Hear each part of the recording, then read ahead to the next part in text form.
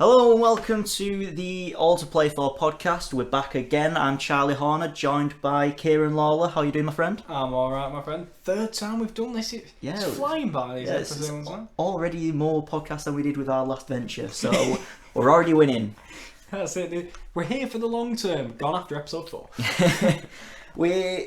So last week we did our Sky Bet Championship predictions and preview and ones to watch.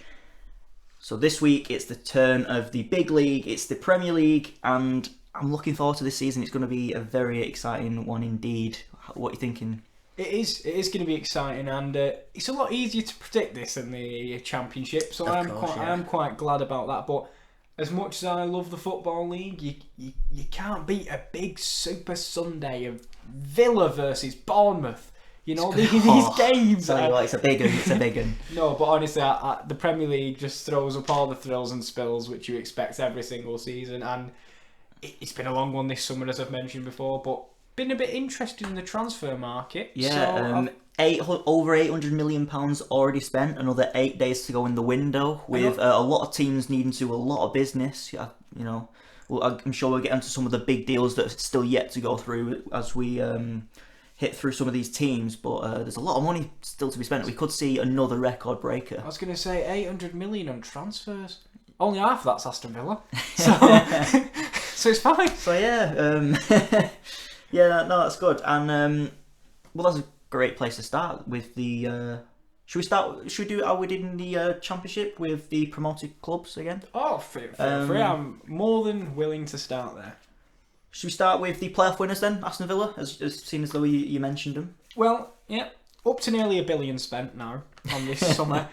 No, they've signed so many players. They've signed so many players, and I feel like they've unjustly been compared to Fulham. I think it's quite lazy, actually, the comparisons, because I've actually seen a graphic about teams coming up and spending a lot of money. Fulham are actually the anomaly. Usually if a team comes up and spends over £50 million, they tend to stay up. Well, Wolves, I don't know if they spent around that, but I think it was about £90 million last year. I was going to say, if you're taking the Jimenez loan that's now led to 30 million still, they did fantastically. They're in Europe this year.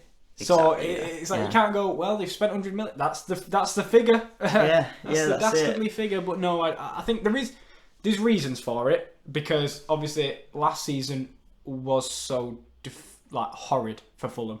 I rated Fulham last year with the signings they'd made. I thought they'd made some good ones, but looking at Villa this year, what I like about what Villa have done is they brought back players in they had last year, so they've still got a core. But you've got to ask, will so many new signings, and if people that were stalwarts last year get replaced by a foreign man from the Belgian league, will it, a bit of discontent in the squad? You've got to ask yourself that. Perhaps, yeah. So of this, thus far, and assuming that Marvellous Nakamba and Tom Heaton go through, because they look like they're very close, they would have brought in 12 players.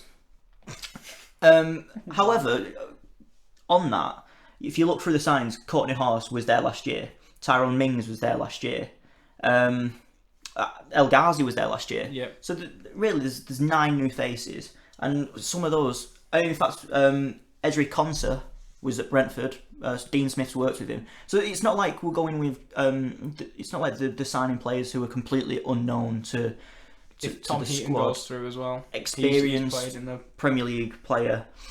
I think they're going about the business the right way. If they're going to spend the money and they're going to splash the cash, as they say, I feel like that is the way to do it, rather than Fulham last season going with complete unknowns, or even if it's not unknowns, players who haven't really proved themselves in the Premier League before. Some of these players have done, and some of these players are ready to make the step up if they haven't already. I do worry about Wesley, £22 million from Club Brugge. Is he going to replace the goals that Tammy Abraham scored last season? I don't know whether you know a little bit more about him than I do. I know he's a big physical presence up front. As I say, much like Benteke, but as you said, scores goals. But I'm wondering if they've had a scout out in Bruges, because I'm pretty sure Marvellous Nakamba is from Bruges as well. So I'm not sure if that was their scouting this summer. But I know that I feel like Wesley, even if, for example, he doesn't get the goal, if he doesn't get the goals every game, because Villa are still towards sorry, the bottom of the league, I feel like he's always going to be a presence. Yeah. Like, he's always going to be bullying a back four. And I feel if he gets it's always crucial with strikers that you've got to get that. You've got to get that goal. Yeah, not to be lazy again with the Fulham comparisons, but could he be like a Mitrovic? Yeah, I'd say that kind of physical presence who can score goals and rally the team together. Or I said Benteke, like when he first arrived. Yeah. But I do feel like it's always better to have that man that you can lump it forward to, and he will be a threat. If he adapts to the Premier League, that is. Of course, there is always unknowns when you're buying from a foreign land. But I think personally, might get him. I think he'll get him 10 goals this season. Yeah, I can see that feasibly. I mean, my favourite signing that they've made so far is Edric Konsa. He's going to be. I've seen quite a bit of him at Brentford. He only had the 1 year at Brentford, and he's made the step up to the Premier League. He looks so calm on the ball. He's very much that ball-playing modern defender, but he's excellent in the tackle. So I think he's going to slot right into that back four. He might not play every week because they reinforced the centre-half options quite a lot this summer of Aston Villa. I think they've signed 4 centre-halves. And they've still got James Chester as well. Yeah, so they've definitely got options, but if Ezri Konsa can cement his place in the side, then I do think... that's a bit bold. I was thinking England squad, maybe it's a bit too early. But I can see him making a step up to not a bigger club, but a more successful club in the future. Do you worry about their spending in terms of how much for example, I always look at the Tyrone Mings deal. It's not a waste of money, but that is a bit excessive for a man who his real only successful year was last year. Like, he was never really successful at Bournemouth. Is that a worry for you? I know he was injured at Bournemouth and then came back and had a horrible return to the squad for that game when he returned. But last year was so crucial. But do you think 22.5 is a bit much? Well, I think it's even more than that. Actually, I think it was rising up to about 27 million. So it's quite a hefty transfer fee. I think Villa have suffered from not putting in an option to buy in the loan deal, which I think. Realistically, Bournemouth were never going to keep him anyway, so they may as well have put the option in.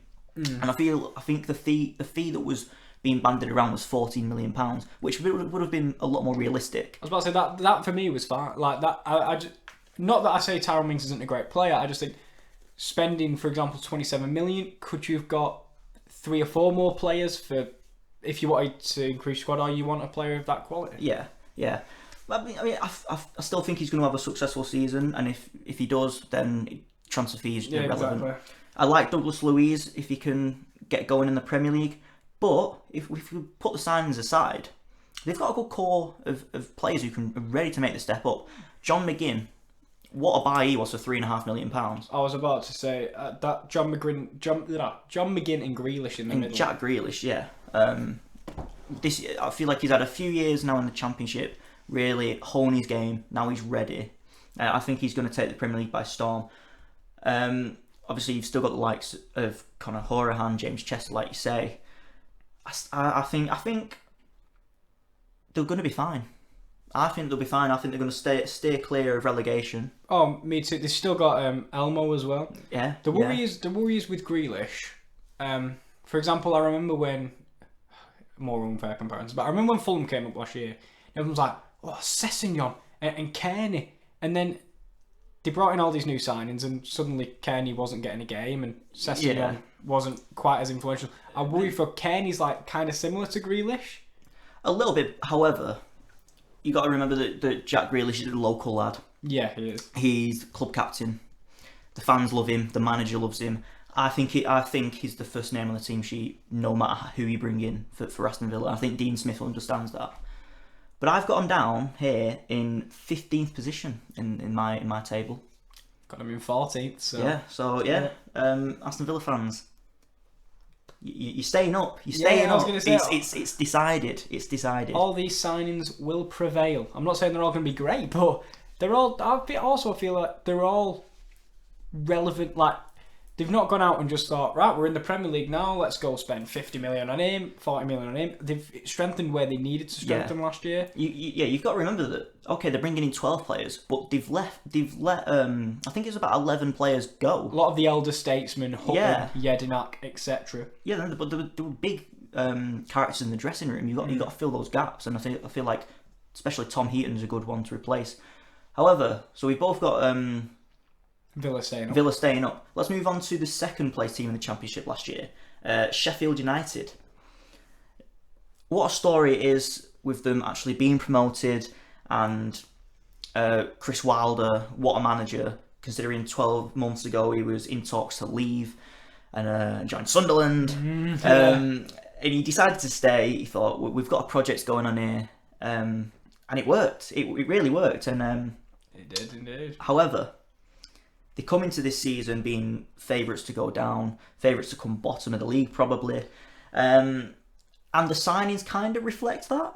They spent a bit of money. However, they're not going for proven Premier League talent. They're going for that talent that you could pick from the top Championship sides, which you can kind of see, well, if we go down, it doesn't really matter because we've got all these players who are going to be really good in the Championship, and we can go again. That kind of seems what it's very calculated spending. What do you think? I do agree, but not that it's negative spending, but is it like maybe they don't rate their own chances? But I obviously in the squad, I feel like they all believe it. But I do like that they have improved the signing of Ollie McBurney.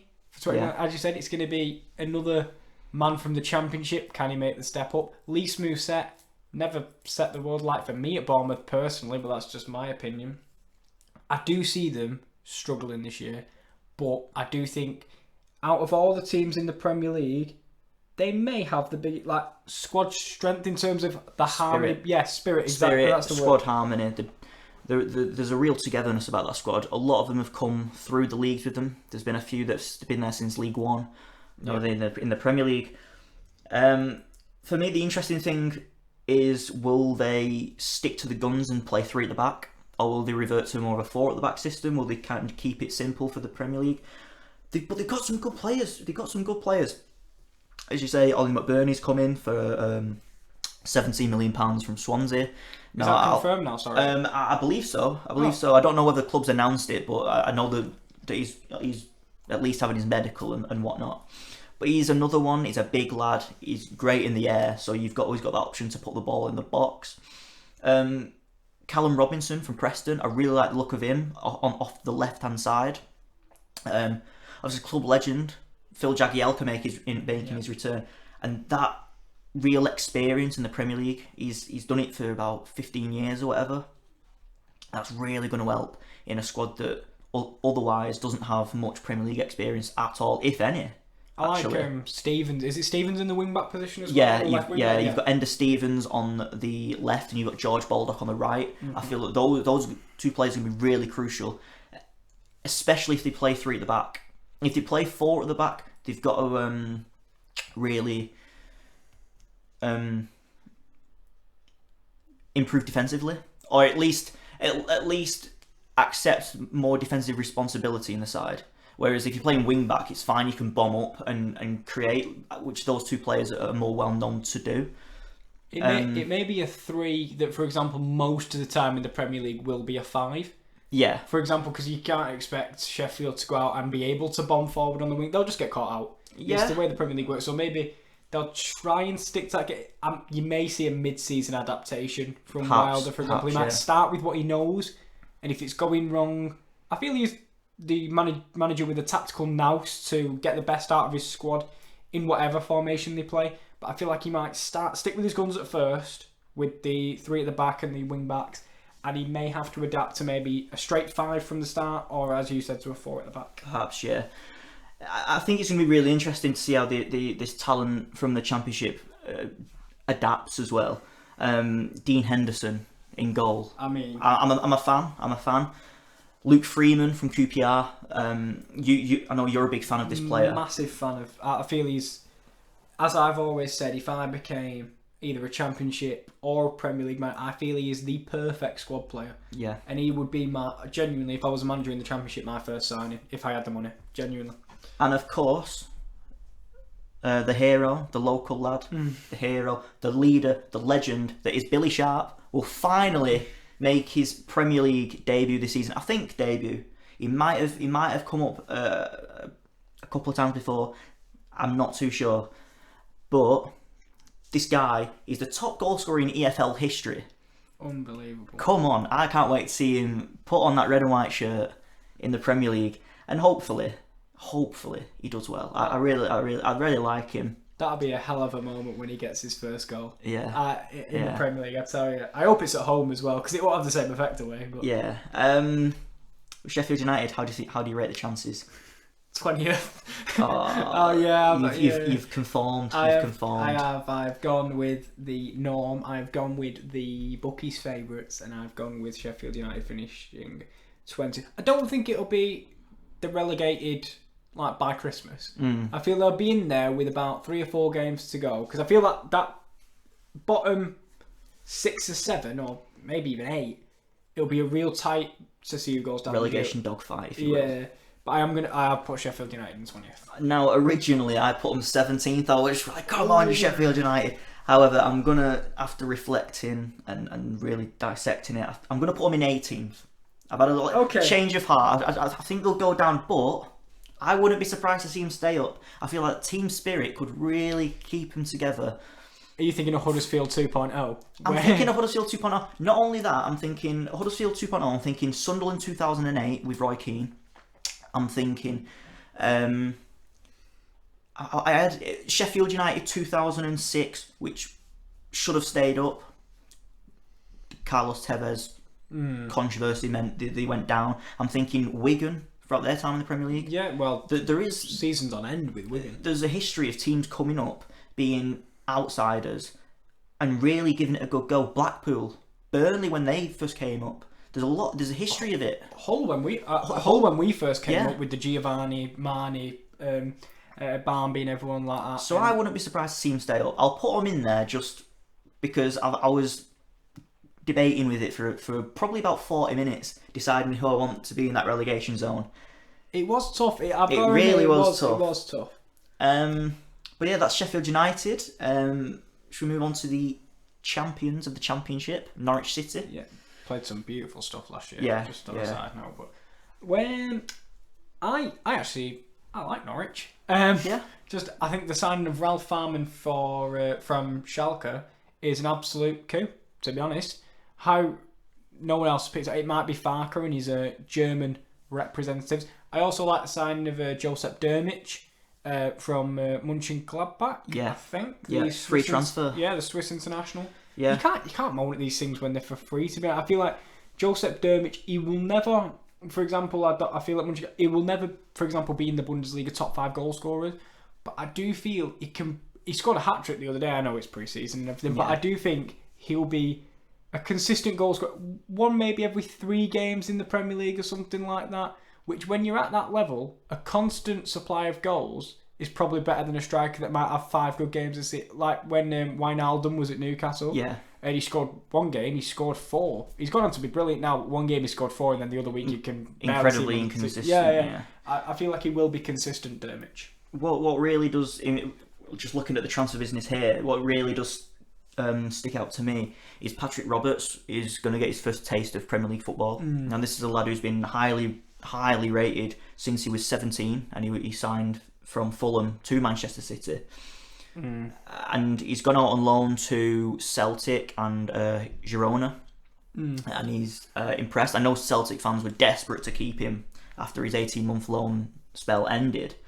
It's going to be interesting to see how he adapts to the English game, because he's not played in England for quite a while now. Well, I was going to say Girona as well. I think he's a very dynamic player, and he's definitely got a lot of talent, but it's just a case of can he apply that to the Premier League? That maybe he's it's going to be similar to Dan James. Yeah. So I feel like that's probably my fairest comparison this season. And I think with the way Norwich played last year, they blew everyone away last year. They really did. Genuinely, they played some really, really good stuff. I remember people just tweeting going, is this actually Championship football? Because I think they tore us apart. Yeah. In one passing fluid motion, they absolutely tore us apart. Do you think they've made enough signings? This. I mean, I wasn't going to come onto this yet because I did want to talk about some of the players that they have, but Sorry, I don't think they've made enough signings. I don't think there's enough defensive cover. No, in my opinion. But if you look at that side, fullbacks, the two fullbacks, Jamal Lewis and Max Aarons. The fact he's signed on a new deal, yeah, is incredible. Now there's a reason why big clubs are after these two guys, because they really did stand out last season, and they're both extremely young. I think Max Aarons is 19. I think Jamal Lewis is 20, 21 maybe. Really good, energetic fullbacks, up and down, defensive work, getting up the pitch, crosses. Yeah, I really do like these. It's going to be interesting to see how Timu Pukki does in the Premier League. 29 Championship goals last season. A lot of people are talking, saying, "Well, he's a one season wonder. He can't do it in the Premier League." What's your view on that? Well, it's interesting because from what we've seen of Timu Pukki in British football, horrid time at Celtic. Couldn't score a goal in the Scottish Premier League, and as we've always said, I personally believe the Championship is of a similar, if not better level to the Scottish Premier League. And then he comes back last year.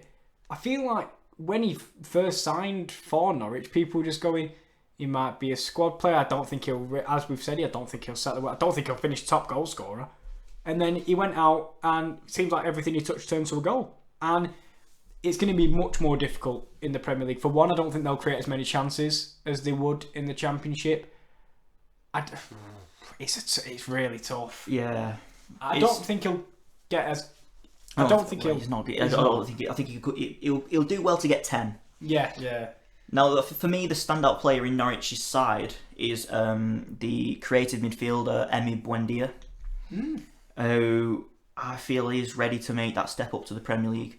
And I think we're going to be sat here in 12 months' time, and I don't think he'll be a Norwich City player. I think he's going to move on to bigger and better things. I think this season will probably prove that. I think he signed a new contract this season, or throughout the summer. But he's a really good, creative, dynamic kind of attacking midfielder, and he was kind of responsible for Timu Pukki's incredible rise, really, with the amount of assists and chances he was creating. But for me, Norwich haven't done enough in the market. I don't think they've got enough defensive cover. They could have done with an extra striker to compensate for the potential stagnation of Pukki. Dermich, but again, it's another unproven player. For me, I know it's a bit of a cliche and it's a bit like, he's a bit... Charlie Austin's available. And you could probably get him for less than £10 million. I'm looking around the bottom end of the Premier League, and a lot of teams here could do with a goal scorer like Charlie Austin. I feel like if Norwich City did that, potentially they're going to score more goals to get them out of the mess that I think they're going to be in. And I really like Daniel Farke, don't get me wrong. Again, potentially it might not be there in 12 months' time. I saw it, I think I told you this last week, I saw a interview with the sporting director, Stuart Webber, and he said it will be managing the Champions League soon, don't worry, but we'll line up a replacement. Along those kind of lines, I've got Norwich finishing in last place. I have. Oh, wow. Yeah, I just don't think they've got enough steel. They play pretty football, I don't think they've got enough steel. That I guess that's like in contrast to Sheffield United, where I think they'll have the steel. Yeah. But I've got Norwich in 17th. Oh, you got them just staying up. And the main variable for me is Daniel Farke. Yeah. And I feel when you don't sign as many players, there's two ways you can look at it. They haven't strengthened enough, or they've kept the squad that won them the Championship and won it in style. Yeah, convincingly. And I don't think they've lost anyone, really. Not of considerable, no. Like any of their big players, for example, last year. And I like that they're signing these players that they know are so talented on long-term deals, so that they will get money for them in the future and they won't let them leave for free. But I think with Farke, with the youthful exuberance of Lewis, Aarons, etc., and goals will be a struggle. I do think goals will be a struggle. I think Dermich and Pukki kind of offer the same thing. Great at finishing. Don't think Pukki's blessed with electric pace, and neither is Dermich. I don't think either's big enough to be a big target man. It's going to be interesting to see if they do try and play that exact same style of play as last year, because it will be more difficult in the Premier League, because you can pass around the Championship side and run away with it. You try and pass around Liverpool and they will counter on you and win 8-0. Yes, so, as we might find out on the opening day of the season. That's a tough way to open as well. They may be bottom at the start, but no, I have got them to survive. And as I say, Farke is the man. Right, I've just noticed we've been rolling for about 25 minutes on those three sides, so I feel like we should whiz through some of the other teams that could be in and around the relegation zone. So who else have you got to go down? Because you've got Sheffield United. Yep. That's the only team you've put in your relegation zone up to now. You've got one more team in 19th. I've got a team in 19th. Yeah. Who's your team in 19th? Newcastle United. Oh. Okay. We don't really need to talk about this lot for very much. But I'll talk about them later. Don't worry. They've appointed Steve Bruce. History with both our teams. Yeah, by the way. Probably. Yeah, should have done a lot better with the squad he had at Sunderland. That's all I'm going to say. Did well with the squad he had at Hull, so that's the thing. But the main reasoning for this is, okay, you've brought in Joe Linton. But bias aside, think he's going to be a good signing. But does he cover the goals left by Rondon, by Perez? I don't think he does. They've still got Gale. They've got Gale, who hasn't played in the Premier League and hasn't scored many Premier League goals. And everyone has forgotten about Muto. And they're still fuming about this. Yeah. I watched something the other day, and as I've said to you, they went, they've only got Gale and Joe Linton as strikers. Muto's a striker. Yeah, I mean... He's not going to play this year, is he? No. But yeah, I've got Newcastle United in 19th, and I don't really want to talk about them any longer. No worries. They're not 19th for me, but they're down there. Yeah, okay. Who have you got in 19th? Brighton. Okay, I originally had them in 18th, but I've swapped them with Sheffield United, and we could discuss Brighton now then if you want to start. I love Brighton. Yeah. As me and my close friends know, Ali Reza Jahanbakhsh is. I'm willing. What a man! I'm willing. Sentimental reasons, inside joke. But for sentimental reasons, I want him to really have a good season. Yeah. I think the signing of Trossard, we were taking a look at his stats just before we came on air. For example, you take away the Belgian league, and it's a farm league. It's not, but even if you look at the European performance, 11 games and 8 goals from attacking midfield in the Europa League, it's still a high quality of football. That's impressive at any level. Yeah. I just think I can see Brighton struggling because again it looks like there's going to be another season relying on Glenn Murray to get the goals. However, Locadia the other day... Locadia looks very good, admittedly, in that pre-season game against Birmingham, who we've both got to finish in near the bottom of the Championship. Yeah, true. So there's a lot to be said for that, but if he can get going, then that eases the pressure off Murray a little bit. But I just don't think they've got the goals in them to stay up. I do like the side. I mean, do I just go all out and say Sheffield United are going to stay up? It's between those two to go down. I think they are going to go down, and it's not anything to do with. I think Graham Potter. It's a good appointment. At first, I was a bit confused by it because I'll be honest, he didn't set the world light for me at Swansea, but good English manager. Was successful with Östersund. Yeah. So did good season with Swansea considering the circumstances. True. No. Yeah. Good. True. But I don't think he'll have enough about him in his first season in Premier League football. Yeah. And with that squad, the letting go of Knockart, I understand, but it's a bit bizarre for me because he does have the odd spark to change a game, as he did at Crystal Palace away last year when he won them the game with an absolute beauty.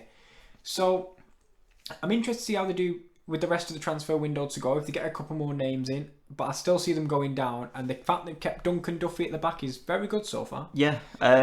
However, they have just put in a bid today of £20 million for Adam Webster. From Bristol City. Bristol, yeah. And that does kind of make me worried. Is Dunk about to leave? But yeah, so who else have you got going down? Right, this does depend on what we was talking about before. Crystal Palace. Okay, well I've got him in 16th, so It does depend on Zaha leaving though. Yeah. If Zaha leaves, where are the goals in that side? that's why I put them 18th. If you've signed Ayew back, great. I think he scored 3 goals last season. Literally. And you've got Benteke, who last season I'm pretty sure became a meme about how many goals he didn't score. Yeah. So, and even defensively, they've lost Basako. They're not that solid. I worry for Crystal Palace. I do worry a lot, yeah. Roy Hodgson is a good manager. No matter what he did with England, he's a great manager. But what can he do when the cards are stacked against him like they are? Like that, yeah. They're well, not even arguably. They're going to, if Wilfried Zaha goes, they've lost the 2 best players. Mm-hmm. There doesn't seem to be much activity in the market. They've put in a bid for a Russian striker today. Can't remember his name, but apparently he's done all right in the Russian league. Smolov, Dzuba maybe. Dzuba might be Dzuba. Oh no, it's not Dzuba. It's not because he's the 6'8" massive. I can't remember his name. Is it Smolov maybe? Fedor Smolov? I can't remember. Oh, I'm not gonna lie. We'll I can't remember. But I do see Palace struggling. I've got him in 16th place. You've got him to go down. Yeah. Right. Well, that leads into my 16th place then, because then we'll have done the bottom 5. Yeah. 16th for me, Burnley. I am but then again, yeah, I've got him in 14th, so it's kind of similar territory. As I have been every season, uninspired by Burnley's transfer window, but as I say, I feel like I have been since they got promoted. Yeah, this is what they do. They take talent from the Championship and they put them into this system where it feels like it's made of absolute steel. So this summer they brought in Eric Peters, very reliable, solid left back, and they've brought back Jay Rodriguez, who on his day can score goals in the Premier League, never mind the Championship, for £10 million, I think. It was 10 million, yeah. Yeah, so there's again solid business. Sean Dyche knows what he's doing. I don't think they're going to be too worried about relegation. I think they're going to be down there. The way they play football will keep them up. Yeah, the way exactly. they play football at home, they play with 2 strikers, don't they? With Wood and is it Barnes? Barnes, yeah. Yeah, and those 2 will get 10 each. That's what's incredible. Rodriguez is a little bit different to them too. Yeah. So I'm wondering if they're trying to play big man, little man sort of. Potentially, you've got the option to put Jay Rodriguez out wide, Yeah. or in a creative like number 10 role as well. So he's quite versatile in that aspect. There is always, but then you've got people, for example, Robbie Brady can ping in a good cross. You've got Henrik in the midfield, who I really like. A big variable is Tarkowski, because there's been rumours of him going. Yeah. Now, I feel they've cooled, and I feel he will be there by the end of the window, but you never know with 8 days to go. Yeah, that's fine. And I think with Burnley, I think that's all we really need to say. You get solid. You know what? This is the thing. You know what you get with Burnley. Yeah. But still, they pick up points by playing the same way they have played. But it works. It's tried and tested. It might not be the most pleasing on the eye, but it works. This is the thing. It's so bizarre. No one's found a counter to playing that. Obviously, the big teams will obviously beat them, but when you go to Burnley away, you know what you're going to get, but you still can't stop it. Yeah. So who have you got in 15th? Newcastle United. We've spoke about them enough. I mean, do you want to say anything else on them? I mean, I'm not too. I think they need to do some more. Yeah, they need to do a lot more. I was going to say they've been linked with Alan St-Maximin. Alan St-Maximin. Yeah. Oh, right. He's a very good dribbler. I think Palace should make him the number 1 target if Zaha goes. To be honest, I also like the way they're going with Joelinton, young player, St-Maximin, young player.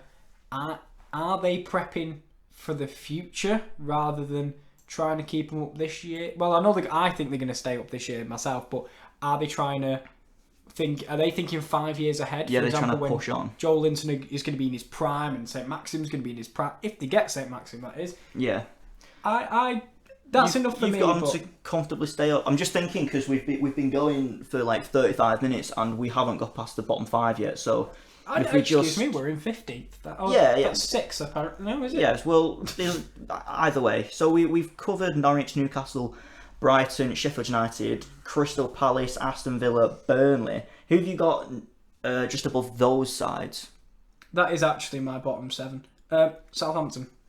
Yeah. Southampton are in 13th for me. That is exactly where I've got him. I think a lot of that not depends, but a lot of that is down to Ralph Hasenhüttl. Yeah, I feel like he's a great coach. He came in under desperate circumstances last season. He needed to keep him up.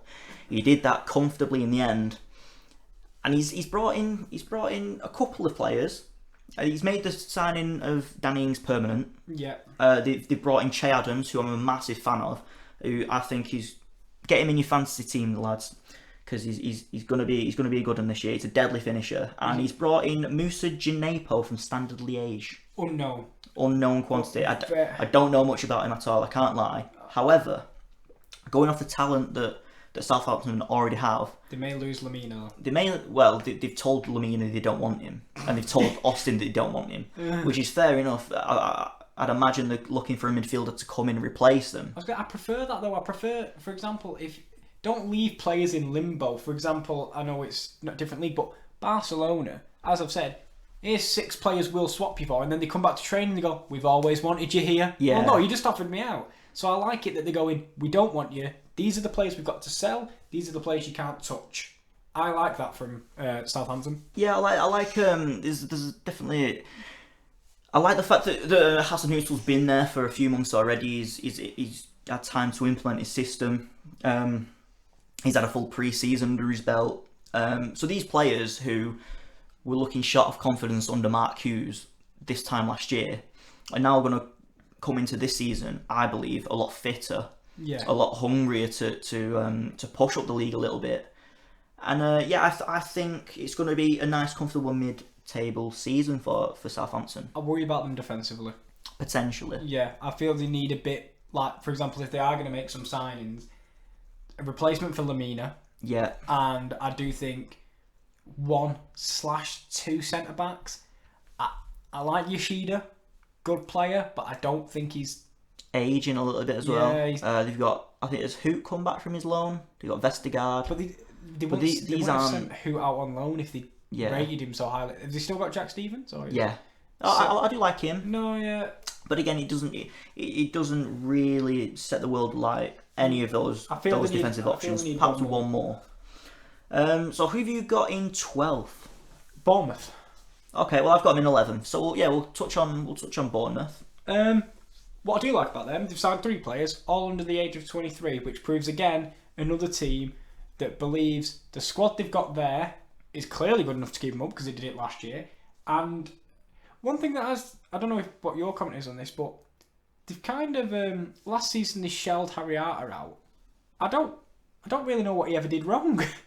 I think he wanted a new chapter. I believe he wanted to get away from Bournemouth because he has he's been in the press for the last couple of years. He's had a bit of a rough time with his with his wife's miscarriage. I think he's had a bit of a tough time with that, and he wanted to get away from Bournemouth because maybe it's a constant reminder. Yeah, I think they're trying to work on a permanent move away from him. But again, I think he's a player that ideally Eddie Howe would like to keep because he's one of those that he's been there for the whole journey. Very good on the ball and everything, but they brought in Philip Billing from Huddersfield into the midfield. We were talking about him a couple of days ago. We like the look of him, don't we? Yeah, well, I do like Philip Billing. I think he's going to them. I think he'll have a consistent season. I don't think he will be incredible because, as we say, it was hard to look good in the Huddersfield side, but I think he did quite well last year. I think he was arguably the best player, alongside Aaron Moy, who's always going to be the best player, but he's young. I think he's Danish international. So I'm excited for that. It's excited me. Yeah, my signing that I think is very exciting is Jack Stacey. Yes, from Luton. From Luton. We've banged on about this the 2 Luton fullbacks enough on this podcast already. But yeah, if you're a Bournemouth fan, you don't really know what you're going to get with him. He's good. Just take my word for it. Yeah. And they brought in Lloyd Kelly from Bristol City for £13 million. So it's good business. It's solid business. It's kind of what you'd expect from Bournemouth. They're going to play nice football. They're going to be a little bit exposed defensively, but getting Callum Wilson on a new contract is a signal of intent that they're ready to challenge anyone. But I think mid-table, it's fair enough. I've got them in 11th. Yeah, 11th, and you've got them in 13th. 12th. I like also if you look at their actual net spend. For example, they brought in Billing, Kelly, and sorry, I can't remember the name. Stacey. But they've also got rid of Musa and Mings for a combined $32.5 million. Yeah, so they actually haven't spent much at all. In fact, they've I feel like the net spend is actually neutral. Yeah, and I feel like Mings, even though I think he's more of a left back, but Stacey can be. I was going to say the different kinds of players. However, it's. I feel like Stacey suits the Bournemouth style of play a little bit better than perhaps Mings does. It's kind of one in, one out, really. Yeah. So that's enough on Bournemouth. They're gonna be pretty. They're gonna be nice. So that was your team in 12th. Yeah. So who have you got in 11th? Well, this is the interesting point from me is 11th to 7th was another difficult spot for me to try and predict who's going to go where. Finishing bottom of the 11th to 7th little group of players, I've got Watford finishing. Yeah, I've got Watford in 12th. But we've had pretty much the same people up until this point. Yeah. Same team, should I say, up until this point. They're a solid side. Yeah. They're a solid side. Javi Gracia is probably the longest reigning manager in Watford history. He is, yeah. And they've got a solid side. You know what you're going to get with Watford. They play quite. They've got a system which is kind of a little bit direct. They're very strong, very physical. They brought in a player who is. He's gonna fit that system down to a T. Craig Dawson, big centre back who's going to be rigid, proven at this level. Mm-hmm. Did well in the Championship last season with West Brom. It's exactly what you expect with Watford. A solid signing. I was going to say, for me, Watford, they've not done much at all. Really. I feel like they're working on the deal for Ismail Sarr from Rennes, which if that gets over the line, that's another quality, incredible deal, wide option. The worry of obviously Doucouré is, however, with PSG going for Gay, that for me negates that move because I remember they were after him in January fiercely. They were going for Doucouré, and the fact they turned to Gay instead may please a few Watford fans that maybe their eyes have been turned. Yeah, I feel like again, similar with kind of these types of clubs, these Southamptons, your Bournemouths, your Watfords, your Burnleys. You know what you're going to get with these sides. Yeah. Just they're going to be comfortable. They're not going to be fighting relegation. They're not going to be challenging the top six. Just nicely calm in those middle slots, and you're kind of hoping for a cup run. They had a nice little cup run last season. Got to the final. Probably wish they didn't now. Yeah. But I like Watford. I think they're ready to go again and have another decent campaign. Top 10 now. It is the top 10 indeed. Who have you got in 10th? I feel like mine's a bit controversial. Leicester. Oh, no. What have you gone for, Leicester? I've gone for Leicester. Oh, okay. I've gone for Wolves. Because I'll be honest, originally in mine, they were 9th. Because we'll talk about Leicester first. Do you want Leicester? Yeah, I've gone for Leicester in 7th. Wow. But they're going to lose Harry Maguire. They're going to lose Harry Maguire, yeah. That's fair enough. That's a fair statement. However, if you bring in Lewis Dunk, there's a gap in quality, of course. Yeah. Yes, but he's going to fit the system. He's a good replacement, solid replacement. Yeah. They've also got Benkovic and the other centre half who I cannot pronounce the name of, so you're going to have to do it for me. Lord Farquaad. It's Kaglar Sionku. Yeah, that's it. Look at his photo. It looks like Lord Farquaad from Shrek. Genuinely. Yeah. So, okay, you're gonna lose Maguire. I think that's a done deal. But if you look at the players they brought in, Tielemans. Yeah. What a coup that is to get him on a permanent deal. Big teams were after him as well. Yeah. Big teams. Man United were going hard for him. That is a testament to what Leicester have been able to provide for these players. Like if you look if you were a player and you saw Man United are after me in Leicester, 9 times out of 10 you'd go to United. But if over there they're promising you'll get games, we'll nurture you, we will build a team around you, you will be the sole focus, you're going to go there, and it's great for them. Yeah, I think personally that the reason why I've gone for Leicester in 7th is I think they've got the 4th best manager in the league, in Brendan Rodgers. I rate him really, really highly. And if Frank Lampard wasn't so available at Chelsea, I would have made him number 1 target. I really do rate Brendan Rodgers that highly. And he's managed to... I feel like Yuri Tielemans has gone to Leicester permanently to work under Brendan Rodgers. And really, really hone his game and develop his midfield play. So I've gone for him in 7th, just purely based on the deals that they've done. Maybe they want another striker, because although Jamie Vardy, you can usually guarantee 20 goals a season out of him. He's getting older now, isn't it? I think he's 33, 34. Can he sustain it? If you remember, Claude Puel tried to not shut him out, but they tried. Iheanacho's still there. Okazaki left, I think. Yeah, Okazaki's gone. But again, another person that I think can fill that role. He doesn't play striker, but Damari Gray. Yeah, is going to be crucial to. He has to step up, I think. Yeah, I think he will be everything crucial to Leicester this year. I think this might be his breakout year. Yeah, and I would say, can you name like too many midfields that are better than Ndidi, Tielemans, and James Maddison? Because I can't. In a midfield trio. It's better than Man United's. I was going to say it is. In my opinion, it's better than Chelsea's. It's better than Chelsea's. It's better than Arsenal's. Yeah.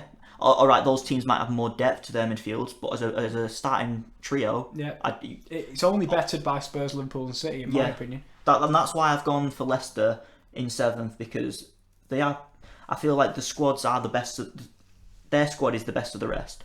And especially if you can keep your key players fit. I do think, though, the loss of Harry Maguire and the inexperience... I know they've got Wes Morgan, but again, I feel Wes Morgan can be exposed so quickly if you knock it past him. Yeah. He's a great... He had his monumental season with Huth, where, to be honest, if you knocked it past both of them, I think my gran could outrun them. Genuinely.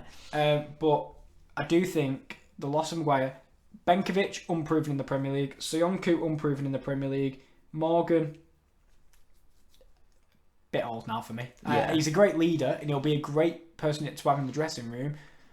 I just worry that they're going to ship in a lot of goals. And Ricardo Pereira's, I don't think it's all. I think there could be a couple bids for him before the. I can't see other than Maguire, who is probably one of the most highly rated centre backs in the world. Never mind the Premier League. I don't see a reason to leave Leicester unless one of the top sides in the world are after you. No, I do agree. Because you look, they're building something. They are building towards something. You could argue, okay, the togetherness and the team spirit might not be there, but I would argue that Leicester City team now is better than the one 3 years ago that won the title. Oh yeah, with obviously, if they still had N'Golo Kante and Mahrez, I'd probably put them up in the top 6, to be honest, with the squad. And I wouldn't be surprised if they did mount a challenge to break into that top 6. I know you've got them down in 10th, but... Mine did depend on... I do think they will shell goals. As much as I like Chilwell on the left, Pereira on the right, it's not even the fact that they're losing Maguire. I think them 2 centre-back spots are questionable and suspect.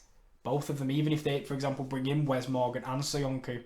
Soyuncu's not proven. I do think he'll have a great future, but him and Morgan, I think it's there to get at. Yeah, and Schmeichel can only save you so much because he's a class keeper. But yeah, so I've gone for Wolves in 10th. I don't know where you've placed them in your side. I've put them in 8th. Okay, but I do think Europe will affect them massively. Yeah. With Wolves, brilliant first campaign in the Premier League. He played some absolutely beautiful football, and Nuno Espirito Santo has proved that he is probably one of the most highly rated and most coveted coaches in Europe. If you take a look at their transfer business, they have made the loan signings of Raul Jimenez and Leander Dendoncker permanent, and they've managed to bring in Patrick Cutrone from AC Milan and Jesus Vallejo from Real Madrid. Pronunciation is perfection, by the way. I know. What can I say? I'm a man of many languages. I was going to say, you're a Spanish inhabitant, aren't you? But for me, my issue is the Europe. I feel like the next stage in this Wolverhampton Wanderers project is to go far in Europe. You're in Europe, you may as well go far in it. I feel like they're going to prioritise that over another high finish in the league. I don't think that the squad is deep enough at all to balance the both of them. So I feel like they're gonna sacrifice results in the Premier League in order to try and get as far as they can in the Europa League, which is why I've put them in 10th. I was gonna say I agree to an extent, but Nuno's always said he prefers working with a smaller squad. He's always said he prefers working with a smaller squad, and I think the signings that they've made permanent. Because if you look at that Wolves side last year, there isn't much you could improve. Like literally, you'd have to spend a lot of money to improve that side. The first 11 anyway. That's the best they could have done. They're not going to break into the top 6 on your first year back. That's stupid and bizarre. But I think the signing of Control is a class signing because he's still young as well. I think Vallejo is on loan, but we're sitting. They like making loan deals permanent, so I wouldn't be surprised if he signs on permanently next year.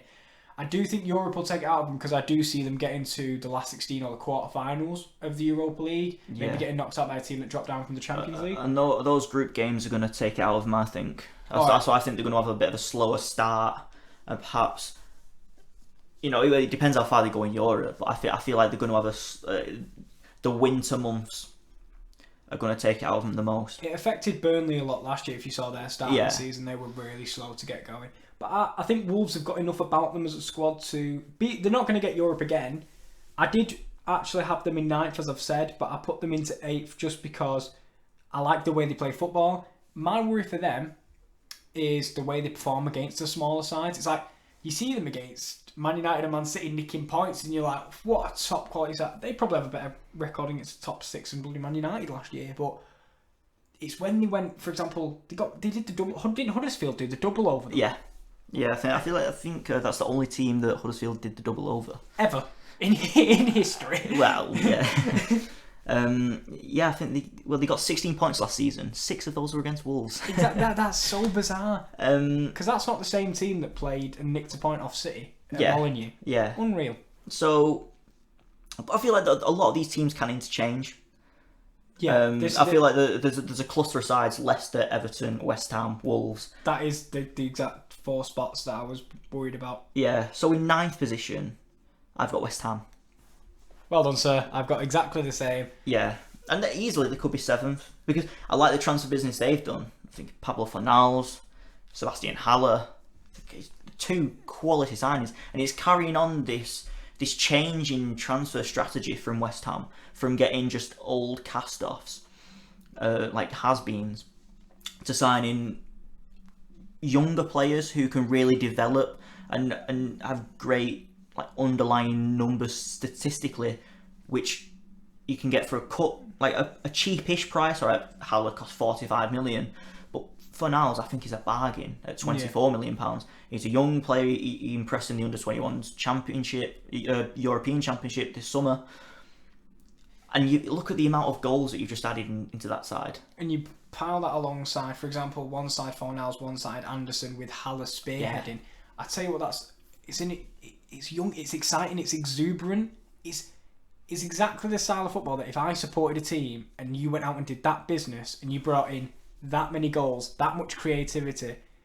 I originally, as I said, I swapped Wolves and West Ham around. I had them in 8th because I really did. I absolutely love Sebastian Haller. I feel he got outshone last year by Luka Jovic, but who wouldn't have been outshone by him last year? That was his breakout season. But I feel without Haller, Jovic wouldn't have been able to do it because he provides goals, but he provides assists as well. Yeah. He's got pace and power. He's so good. Yeah, I feel like he's good. I think he's the perfect physical kind of player that he really is going to adapt very quickly into the Premier League and take it by storm. I rate him so highly. The only reason I don't have him in 7th is because I just feel like there's so much competition for that 7th spot, and there's better teams.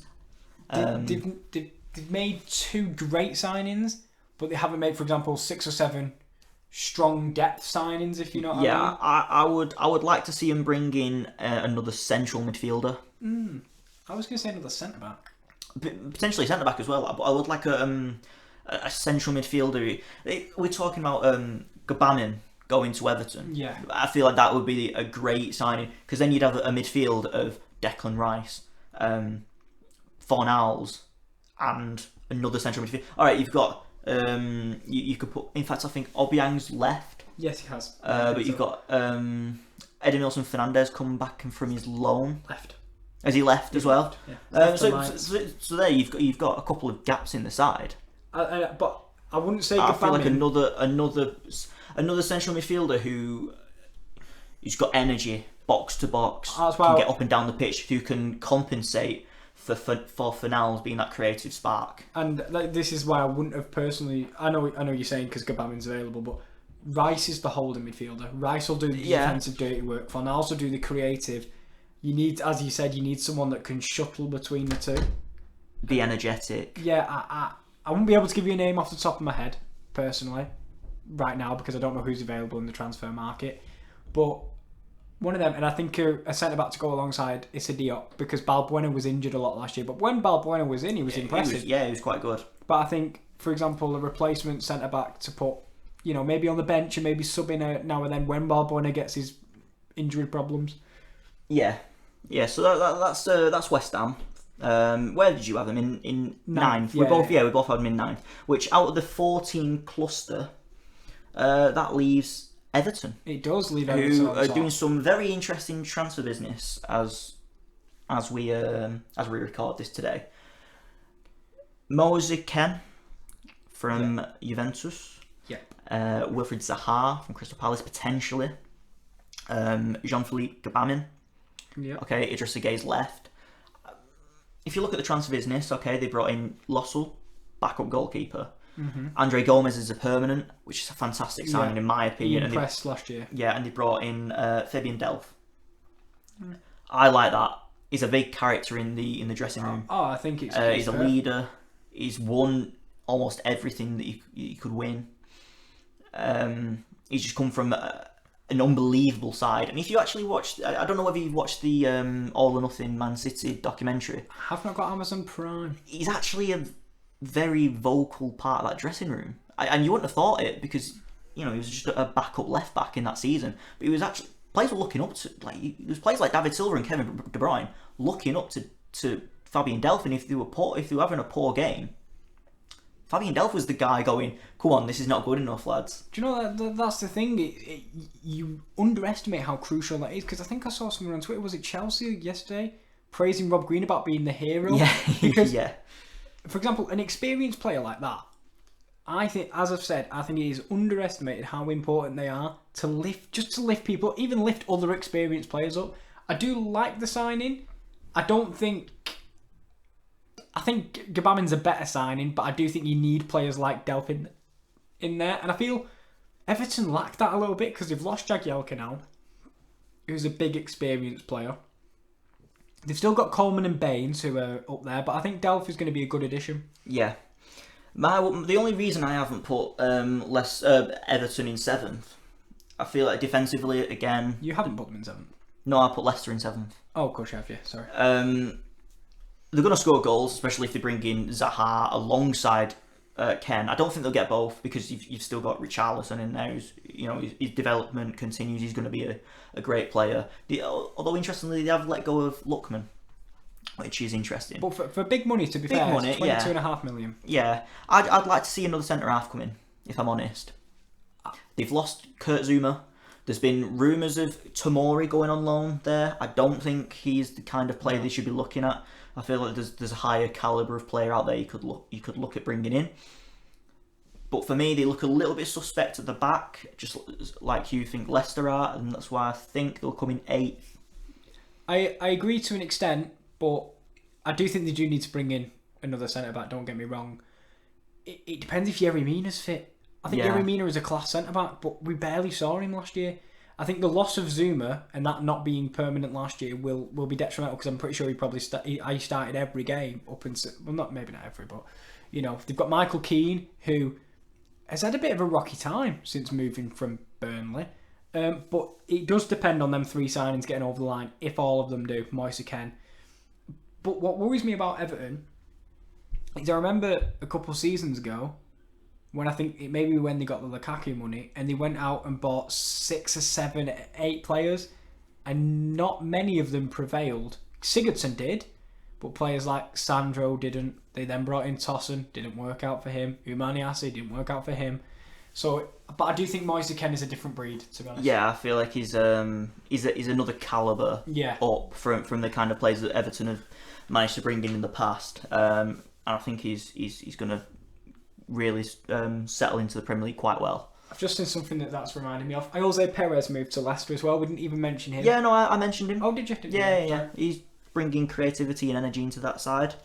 Newcastle's top goal scorer for the last 2 seasons. But sorry about that. Right, well that is everyone from 20th to 7th. If you just want to run through my running order. Yeah, your running order so far. Don't mention the top 6 because we'll battle that base. This is from 7th downwards. Everton, Wolves, West Ham, Leicester, Watford, Bournemouth, Southampton, Villa, Newcastle, Burnley, Norwich, Palace, Brighton, and bottom of the bunch, Sheffield United. And I've gone with 7th going downwards. Leicester, Everton, West Ham, Wolves, Bournemouth, Watford, Southampton, Burnley, Aston Villa, Crystal Palace, Sheffield United. I'm going to stick to my guns and going down Brighton, Newcastle, and Norwich. It's a late change from Charlie there. I'm going back to my original prediction. That's a 97th minute substitution, that is. Okay, then that was the 7th to 20th in the Premier League. Oh, well, our predictions anyway. Maybe you think one of those teams are going to break into the top 6. However, we're going to leave this one here today and come back tomorrow because we will have spoken about the top 6, the traditional top 6, who's going to make the top 4 and who is going to take the title. Join us again tomorrow. Thanks for listening. Goodbye.